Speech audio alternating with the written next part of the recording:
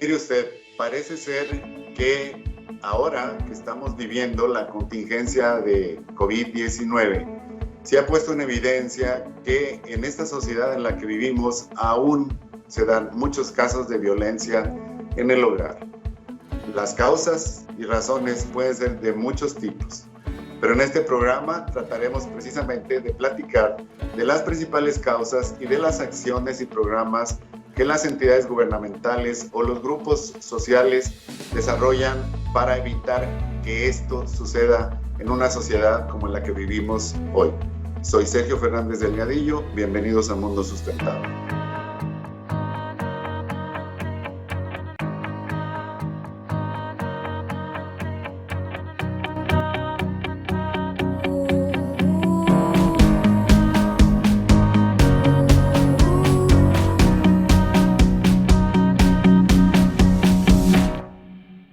Muy buenas tardes, estamos de nuevo con usted en su programa Mundo Sustentable.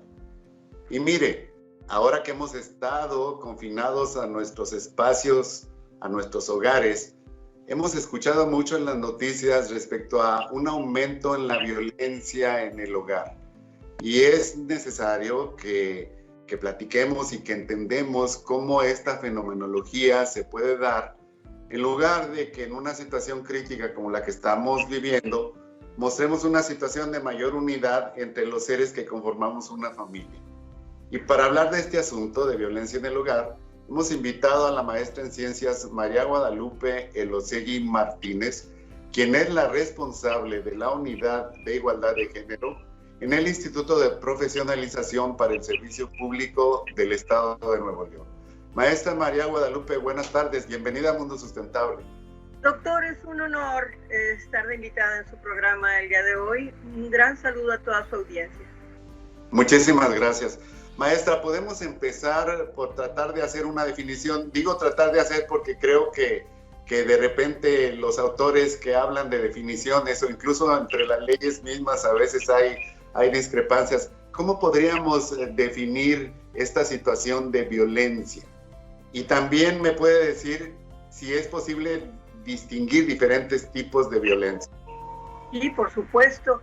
La más sencilla, para no meternos en muchas complicaciones teóricas, es que la violencia, tal y como la definió en su momento Kofi Annan, el secretario general de la Organización de las Naciones Unidas ya hace un tiempo, es que la violencia no es otra cosa más que el ejercicio abusivo del poder de alguien que lo tiene contra quien no lo tiene. Así, para acabar pronto. Es un ejercicio abusivo del poder. En este caso estamos hablando de personas que lo tienen, puede ser un paterfamilias, puede ser la pareja, puede ser la madre contra el hijo, puede ser un funcionario público contra un subordinado, puede ser una maestra contra el alumnado, etc. Quien tiene el poder y hace un ejercicio abusivo de podemos decir que está ejerciendo violencia, así en resumidas cuentas. ¿Por qué? Porque vivimos en un sistema que desde los estudios de género, desde los estudios del feminismo, hemos definido como un sistema patriarcal.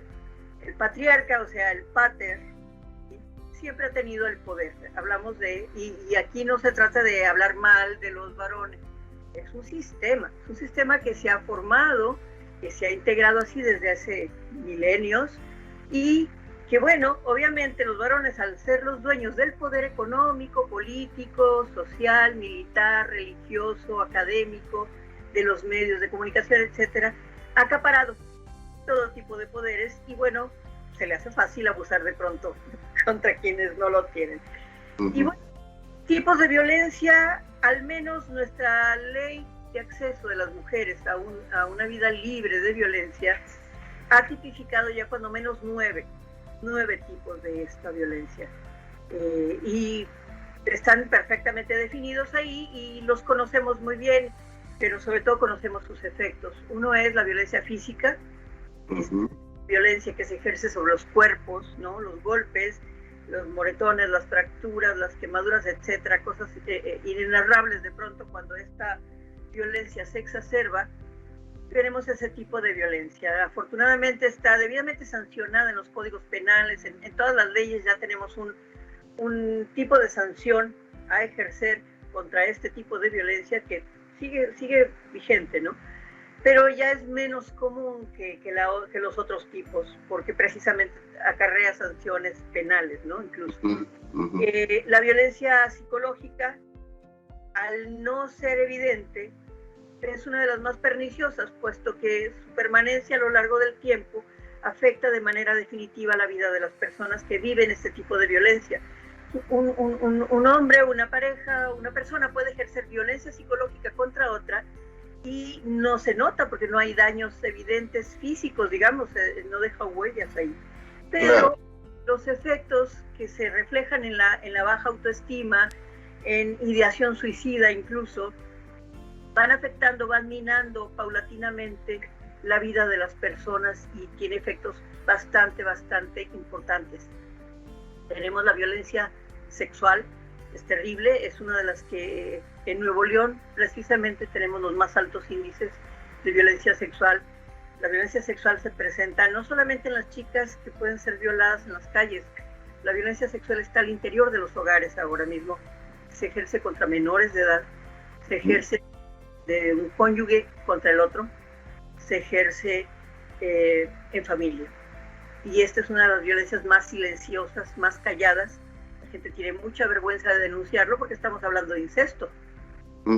Temas muy escabrosos, sí. Complicados. Difícilmente una familia se atreve a denunciar públicamente que el abuelo, el primo, el hijo, el hermano violó a la chiquita de 4 o 5 años. Tenemos la violencia patrimonial, de la que se habla poco también, de una persona que quiere ejercer violencia sobre otra, particularmente su pareja, bueno, le daña su patrimonio.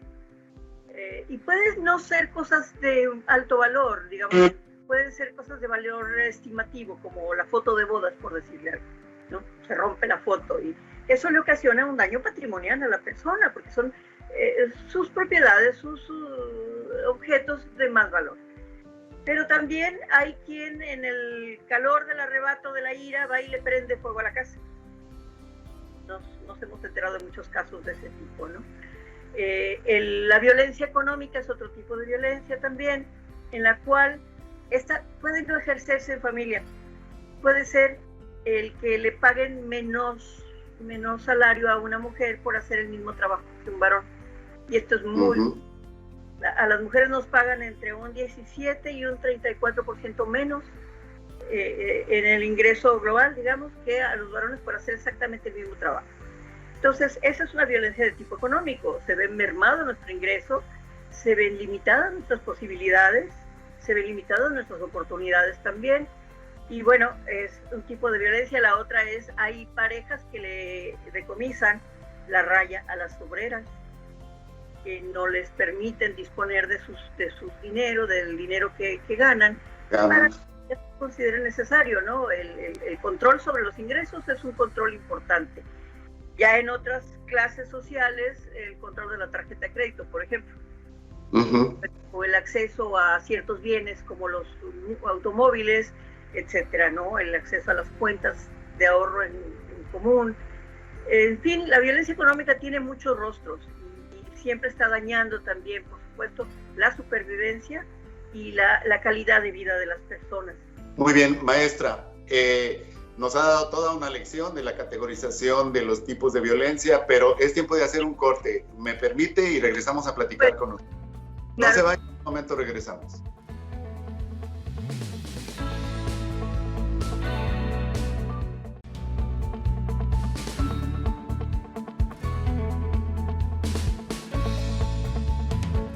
Ya estamos de regreso con usted en su programa Mundo Sustentable y seguimos platicando con la maestra María Guadalupe Elosegui Martínez de violencia en el hogar.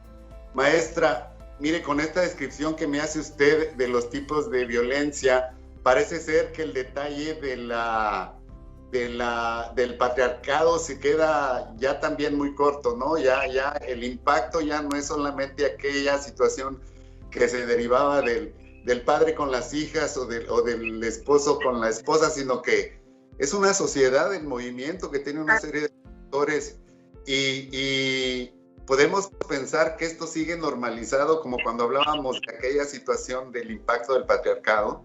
podemos pensar que todo ese tipo de violencias que usted nos describe, hoy en día también la sociedad lo ve como algo normal. Y desafortunadamente se ha naturalizado el que cada vez nos impacte menos, ¿sí? Como resultado de tanta exposición, eso es un hecho que tenemos en las redes sociales, en el cine, en la televisión, en todas partes, todo es violencia, ¿sí? Y esa falta de control de impulsos nos habla mucho de cierto tipo de daño que tenemos las personas ya al naturalizar de tal forma la violencia, al que nos parezca gracioso incluso que nos hayan educado con la chancla o con el cinturón. Yo he visto que hacen incluso bromas a partir de eso y dicen, a mí no me afecta, mire, mi madre me trató con la chancla todo el tiempo y míreme qué exitosa soy, mire qué bien estoy, no estoy dañada. No, sí tiene un daño ahí. Precisamente el daño es haber naturalizado y ver como normal el que a alguien lo eduquen con la chancla, que lo eduquen a pescozones, a pellizcos, que le griten, que lo maltraten. Esto ya es inaceptable.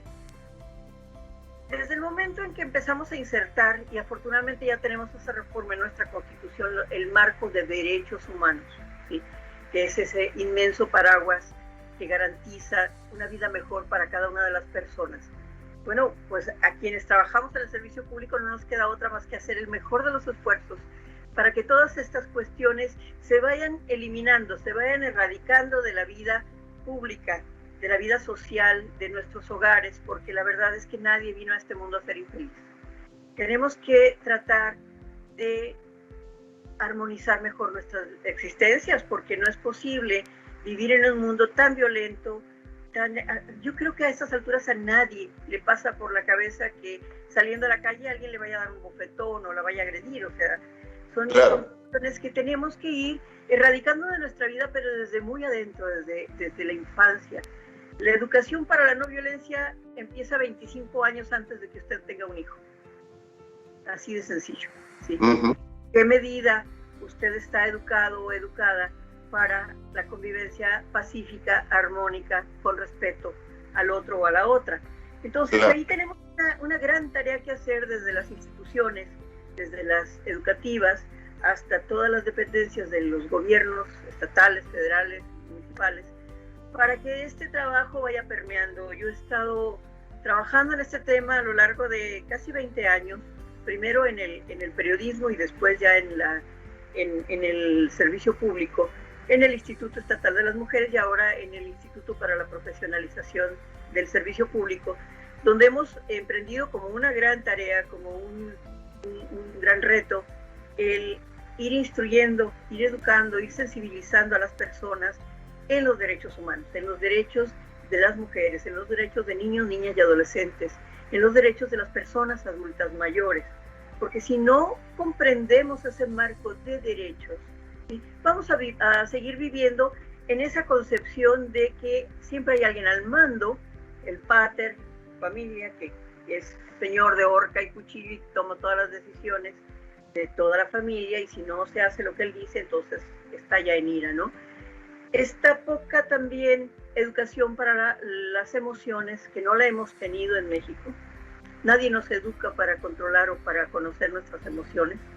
Y también va aparejado a ese desconocimiento o a esa resistencia de acudir a solicitar ayuda en el aspecto de la salud mental cada vez que tenemos un problema, una angustia. Otro de los efectos precisamente del COVID-19, de esta pandemia que estamos experimentando ahora a nivel mundial, es precisamente que cuando esto concluya, si es que lo tenemos así a la vista, vamos a tener una oleada de divorcios. Y las relaciones de pareja, las relaciones conyugales, las relaciones familiares se están viendo gravemente afectadas.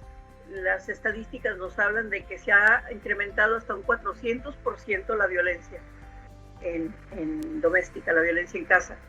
Y esto tiene, bueno, unas aristas interesantes en esto que le comento, de la poca atención a la salud mental, ¿sí?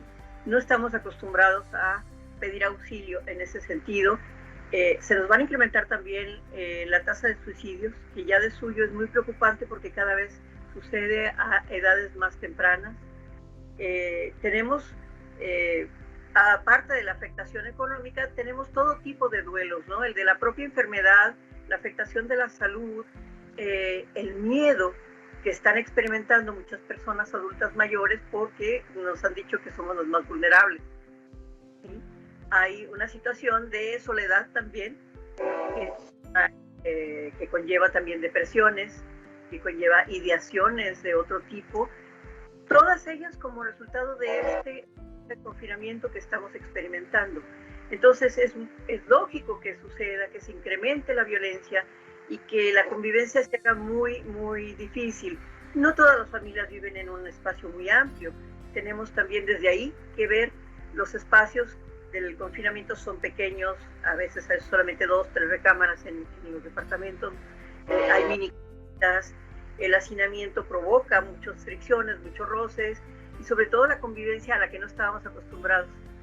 Estábamos acostumbrados a permanecer todo el día, todos los días durante meses juntos en una sola casa. Cada quien traía sus rutinas, ya sea laborales o escolares.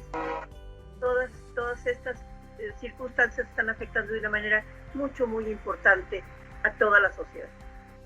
Maestra, y yo quisiera preguntarle, porque se habla mucho de los programas y acciones contra la violencia intrafamiliar, y parece ser que todos son derivados de acciones gubernamentales o de grupos de la sociedad organizada que trabajan en esto. Sin embargo, lo que usted me está diciendo de que ante una situación como la que estamos viviendo de COVID y que nos tiene confinados, que nos hizo convivir de nuevo con las personas que a lo mejor no deseábamos convivir, pero que simplemente lo que estamos haciendo es que ya no vamos al hogar y eso aparece como un velo que oculta realmente lo que sucede entre esas personas que conviven juntos. ¿Qué opinaría usted respecto al éxito de estos trabajos, de acciones y programas para erradicar la violencia familiar que se han hecho por parte del gobierno? Me parece que han sido insuficientes a todas luces. El problema es tan profundo y tan extenso y tan doloroso que requiere tantísimos recursos y tantísima buena disposición de todos los sectores, porque esta no es una obligación exclusivamente gubernamental ni de las instituciones. Como usted bien dice, tenemos que entrarle por todos lados porque es multifactorial. Tiene que ver obviamente el ámbito, el núcleo familiar, lo social, la sociedad civil organizada, cuyo trabajo sí es muy importante porque están detectando todas las necesidades o las carencias que se hacen patentes en un momento dado, ¿no? Cada vez que se expresa un problema de esta naturaleza y vemos todo lo que confluye para sostenerlo en ese estatus, vemos la insuficiencia de los esfuerzos gubernamentales, empezando porque, bueno, si bien se ha trabajado desde hace lo menos 30 años ya con este tema, ya estamos hablando de que son cinco relevos gubernamentales, cada uno trae una idea, trae una estrategia, trae recursos de distinta índole, se ha ido avanzando, sí como no, y de una manera muy consistente, muy sólida, muy fuerte en el marco jurídico. Ya tenemos leyes para todo. Ya tenemos la ley de acceso de las mujeres a una vida libre de violencia, tenemos la ley para la no discriminación, tenemos la ley para la igualdad entre hombres y mujeres, tenemos la ley que protege a niños, niñas y adolescentes, adultos mayores, etc. Tenemos un marco jurídico de primer orden en México. Sí podemos presumir de eso, que ese es un trabajo que se ha hecho de una manera muy profesional, muy consistente, de una manera muy cuidadosa también con los tratados internacionales que México ha firmado y que nos obligan a darle atención a todos estos temas, principalmente al tema de la violencia.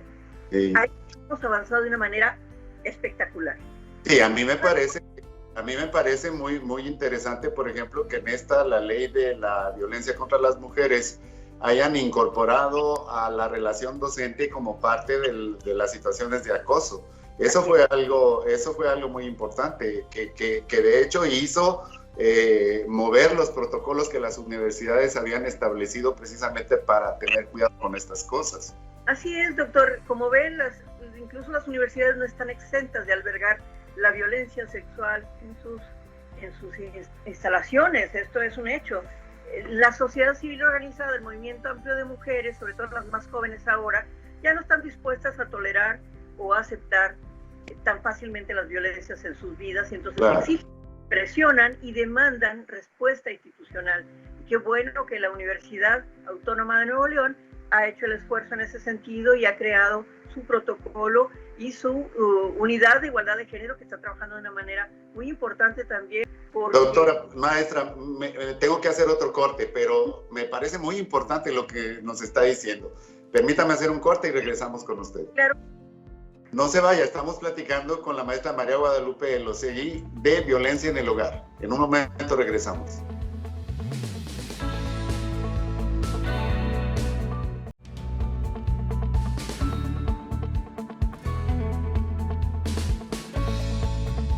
Ya estamos de regreso con usted en Mundo Sustentable.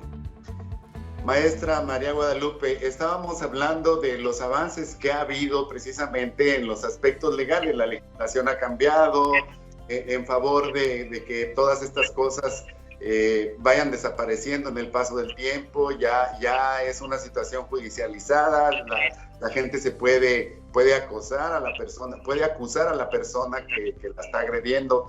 Esto es algo que considero que esto es algo muy importante, pero ¿qué más considera usted que haría falta hacer? Además de haber avanzado jurídicamente, la sociedad civil, ¿qué tendría que hacer? ¿Qué nos hace falta hacer para completar esta historia? Porque México es un país lleno de leyes y no por eso funcionamos todo adecuadamente, ¿verdad? No son un chaleco blindado, ¿sí? Ni impiden que alguien venga y nos dé un bofetón. Es solamente la certeza que nos da de que si vamos a denunciar podemos tener una respuesta institucional ahí. Ya no es aceptable vivir en ningún tipo de violencia. Entonces, vamos a hacer el esfuerzo, ¿sí? Desde la sociedad civil se está haciendo de una manera muy importante. Las chicas ahora salen a la calle a protestar. Ya no están dispuestas a seguir siendo violentadas. Y esas expresiones a lo mejor luego nos parecen exageradas o nos parecen absurdas, ridículas, etc. No importa el calificativo que les demos, estas personas se están expresando y están exigiendo derechos. Entonces, ¿qué hacer? Apoyar definitivamente, porque sus demandas son legítimas.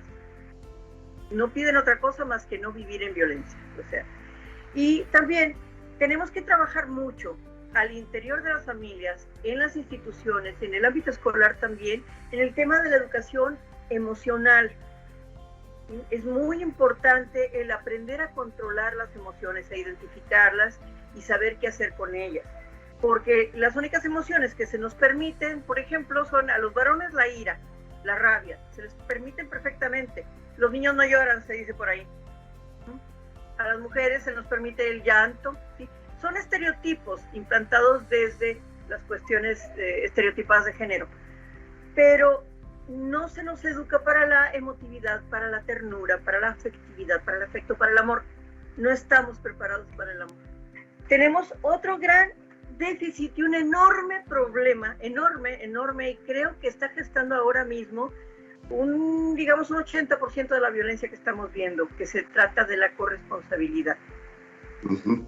A las mujeres se nos dijo que a nosotras nos tocaba la crianza y el cuidado, y los varones se desentendieron de ello. Ya no es posible. Las mujeres ya nos incorporamos a la vida productiva, a ganar un ingreso, a llevarlo a nuestro hogar, y eso, bueno, pues pone una doble jornada sobre nuestros hombros. Si además trabajamos en alguna labor social, etcétera, o política, traemos una triple jornada. Esto pone una carga descomunal sobre las energías, la vida y los cuerpos de las mujeres. Muy bien. Maestra, se nos agotó el tiempo, pero me queda un minuto para que dé usted un mensaje a la sociedad en general, pero muy especialmente para nuestros universitarios, que son los que tal vez provoquen un cambio ya muy, muy contundente en el futuro. Sí, por supuesto. Necesitamos más empatía. Necesitamos ser más solidarios y solidarias con las otras personas. Necesitamos trabajar más en colectividad y menos en lo individual. Necesitamos adaptarnos, por supuesto, a las nuevas circunstancias y pedir apoyo siempre que necesitemos atención a nuestra salud mental. Eso es bien importante, mucho más importante de lo que ustedes imaginan. Por parte de las instituciones, bueno, no nos queda más que reforzar los esfuerzos, seguir haciéndolos, tratando de servir lo mejor que sea posible para que esta situación cambie. Yo creo que definitivamente esto va a cambiar. Ya nos vino a poner contra la pared el COVID y no vamos a salir tan fácil de esto si no nos proponemos cambiar en lo personal y en lo social.